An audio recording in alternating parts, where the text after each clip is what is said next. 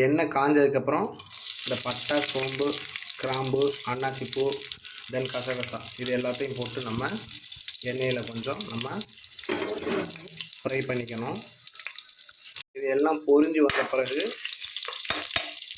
நம்ம வந்து வெங்காயம் இருக்குல்ல அதை சேர்த்துக்கணும் ஃப்ரெண்ட்ஸ்.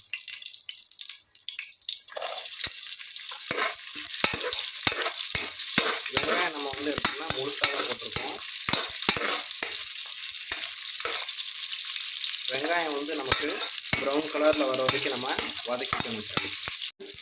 இப்போ வெங்காயம் வந்து எடுத்தோம்னா நம்ம ஆட் பண்ணி அது வந்து நம்ம வதக்கிக்கிட்டோம். இப்போ அது வந்து ப்ரௌன் கலரில் வந்த பிறகு நம்ம வெட்டி வச்சுருக்க தக்காளி வந்து சேர்த்துக்கிறோம். இப்போ இந்த தக்காளி நம்ம வெங்காயம் நல்லா வதங்குற வரைக்கும் நம்ம வதக்கணும். இது குயிக்காக நமக்கு இதாகணுங்கிறக்காண்டி கொஞ்சம் வெங்காயத்துக்கு கூட சேர்த்து நம்ம என்ன பண்ணுறோம், உப்பு போட்டோம்னா இந்த வெங்காயமும் தக்காளியும் வேகமாக வதங்கிடும் ஃப்ரெண்ட்ஸ். இப்போ வெங்காயம், தக்காளி இது எல்லாம் வதங்கின பிறகு நம்ம வாஷ் பண்ணி வச்சுருக்கிற தலைக்கறியை வந்து சேர்த்து வதக்கணும் ஃப்ரெண்ட்ஸ்.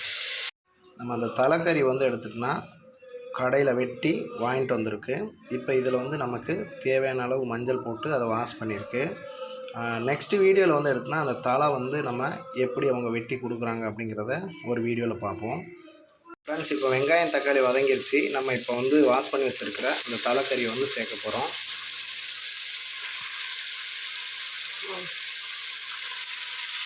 ஃப்ரெண்ட்ஸ், இப்போ நம்ம தலைக்கறி வாஷ் பண்ணி வச்சுருக்கிறது வந்து ஆட் பண்ணியிருக்கு. வீட்டில் குழம்பு மிளகாய் பொடி வந்து அரைச்சி வச்சுருக்கோம், அது வந்து 2 கரண்டி ஆட் பண்ணிக்கோங்க. இது தேவைக்கேற்ப போட்டு ஒரு கிண்டு கிண்டிட்டு தேவைக்கேற்ப தண்ணி ஊற்றணும் ஃப்ரெண்ட்ஸ். இப்போ தேவைக்கேற்ப தண்ணி ஊற்றிக்கணும். அரைச்சி வச்சுருக்கிற இஞ்சி, பூண்டு, தேங்காய் அந்த விழுது வந்து சேர்த்துக்குங்க. இந்த ஸ்டேஜில் இதெல்லாம் வந்து நம்ம சேர்த்துட்டு மிக்ஸ் பண்ணி விட்டுக்குங்க.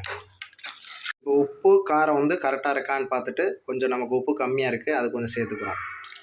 இது தேவைக்கேற்ப ஃப்ரெண்ட்ஸ். இப்போ நம்ம எல்லா தேவையான பொருட்கள் எல்லாம் சேர்த்தாச்சு. இது நமக்கு வந்து எடுத்தோன்னா குழம்பு ஒரு கொதி வர வரைக்கும் நம்ம கொஞ்சம் வெயிட் பண்ணணும் ஃப்ரெண்ட்ஸ். இப்போ நம்ம வந்து குழம்பு கொதி வந்துருச்சு.